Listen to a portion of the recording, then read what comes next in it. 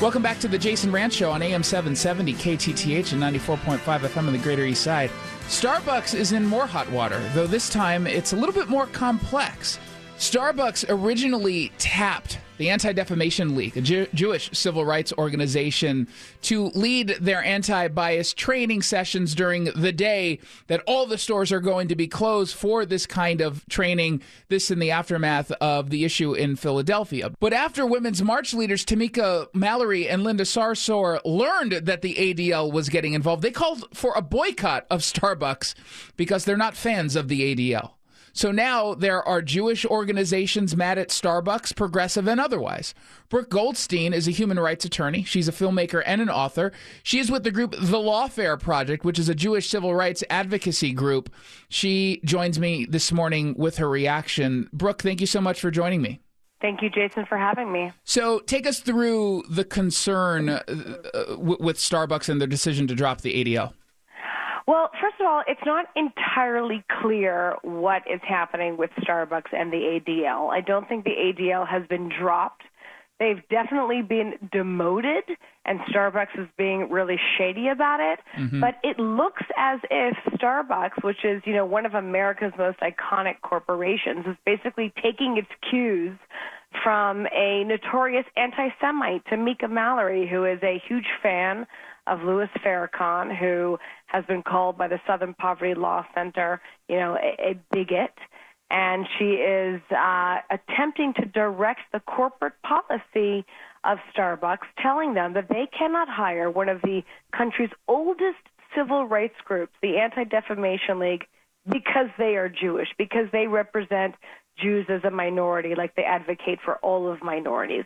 And that is racist. It is bigoted. And the irony is that Starbucks, in their attempt to combat racial stereotyping or the accusation of racial stereotyping, has basically allowed someone like Tamika Mallory to dictate their corporate policy, sending the message that, in fact, they are bigoted. Yeah.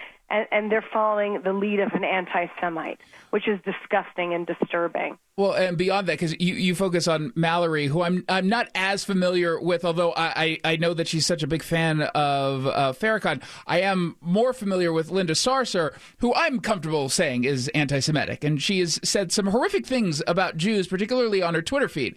And it's weird because you and I will both say that those two leaders hold anti-Semitic viewpoints.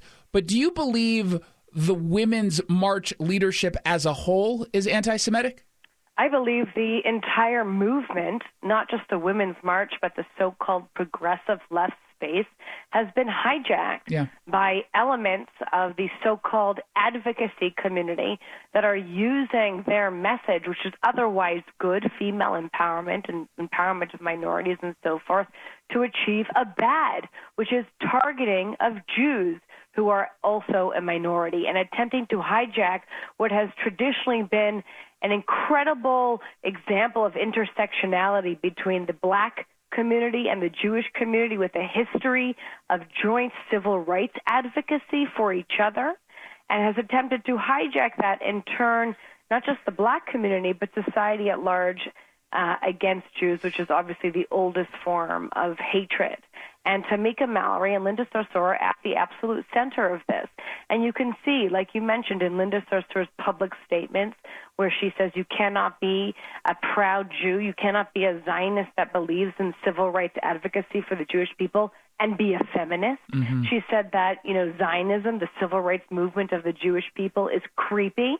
You saw, for example, the Dyke March attempt to kick out. They didn't attempt to. They physically removed two Jewish advocates for holding a flag, which was the Pride flag and a Star of David. And we all know that Tel Aviv has one of the largest gay marches in the world. It is the only place in the Middle East where gays are not just welcome, but they are celebrated, literally celebrated.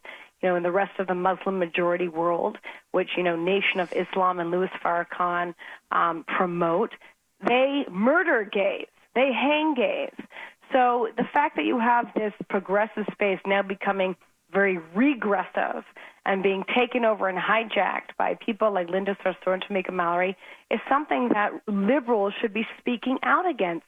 And Starbucks, again, one of the most iconic corporations, American corporations with thousands and thousands of stores, is now falling victim to this. And there's no reason. They should continue with their sensitivity training, and a part of that training should be coming out with a public statement against the racism that Mallory and Linda Sarsour represent, that has no place in Starbucks corporate culture as well. I do love that somehow the ADL is considered a controversial organization when they're anything but that, certainly in the perspective that we're talking about here. Brooke, help me understand, what are your politics? Do you lean in any direction, or are you sort of down the middle? Well, I'm very fortunate. I've been born and raised in Canada.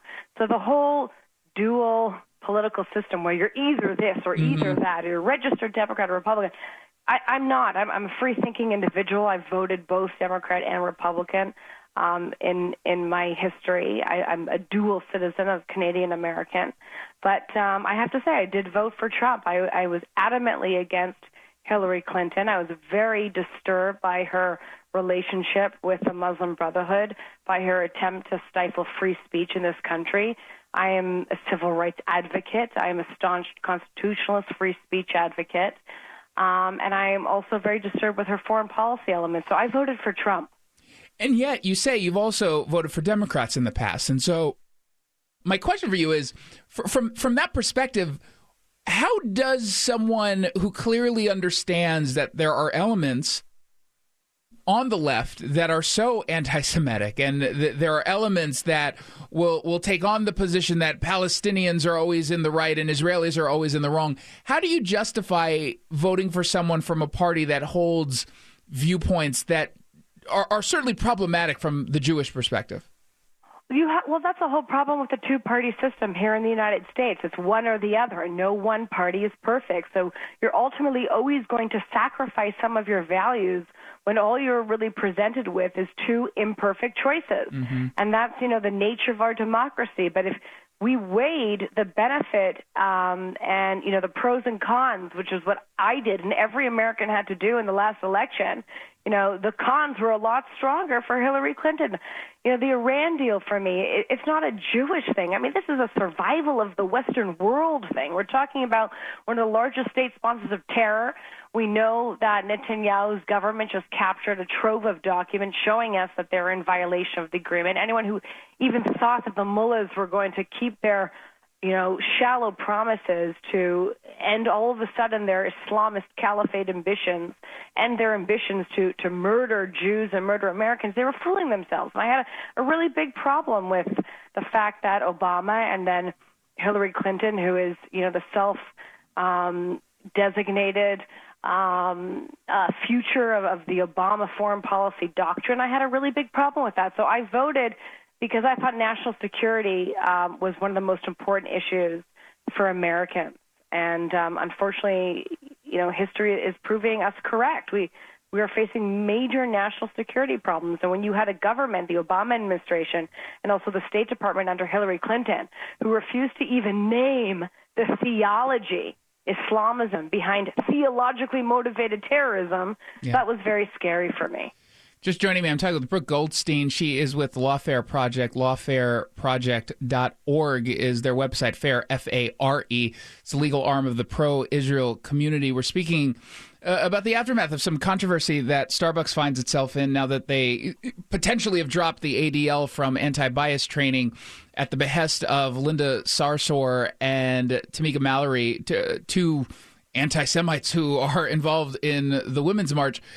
What I think is particularly interesting, particularly since you were and are a Trump supporter, this whole idea of standing up for Starbucks and asking them to engage in anti-bias training, when anti-bias training has generally been seen as sort of this social justice push that propagandizes people. How do you justify the support of the training when it's been used by the left to sort of indoctrinate? Right. Well, that's the thing. Everything is so politicized. And you know how many times I've been denied a bathroom visit to a restaurant or a Starbucks because I wasn't a purchasing customer? I didn't call up the media. I didn't shout anti-Semitism. And if all we're doing is crying racism, racism every time someone tries to engage in a corporate or any other social interaction, I mean, that in and of itself is a very scary trajectory, because what we're encouraging people to do is look at other people and judge them by their race. Okay? If as a Starbucks employee, I am too scared, okay, to tell someone that they have to buy something, which they have every right to do, or they cannot, just hang out in the facility, but I won't do that because you're black. That in and of itself is reverse racism. That's the bigotry of low expectations right there. So the irony of this whole training session, closing down 8,000 stores for comprehensive anti-discrimination training, all right, because two men who happen to be black refused to buy something. I mean, we don't even know what happened, because if you even try and talk about it and get down to the facts, you'll be accused of being racist. And we've had this issue of political correctness corrupt our country and corrupt free speech for a long time. And we've seen it, in like I mentioned before, the failure to call out Islamist terrorism. When we had, under the Obama administration, a government that literally redacted the words Islam and jihad from counterterrorism training manuals because they were too afraid that was going to offend the Muslim segment, a Muslim population. That is the bigotry of low expectations. If providing counterterrorism training to law enforcement and personnel to protect Americans of all religion and ethnicity, if that's anti-Muslim, what then is pro-Muslim? Okay, so that's the problem, is in their effort to fight discrimination, what they're really doing is promoting discrimination, and a much more dangerous type of discrimination, which we see now, Starbucks basically promoting the anti-Semitic discrimination of Tamika Mallory and Linda Sarsour. The thing is, Starbucks finds itself in a precarious situation because, look, they don't want to make anybody upset. But the one thing they should not be doing ever is giving in to Tamika Mallory and Linda Sarsour. Again, I've been talking with Brooke Goldstein. She is with the group The Lawfare Project, which is a Jewish civil rights advocacy group. You can go to the lawfareproject.org. Fair is spelled F-A-R-E for more information on this organization. Brooke, thank you so much for joining me this morning. I appreciate it. Thank you, Jason, for having me. Absolutely. You're listening to The Jason Rantz Show.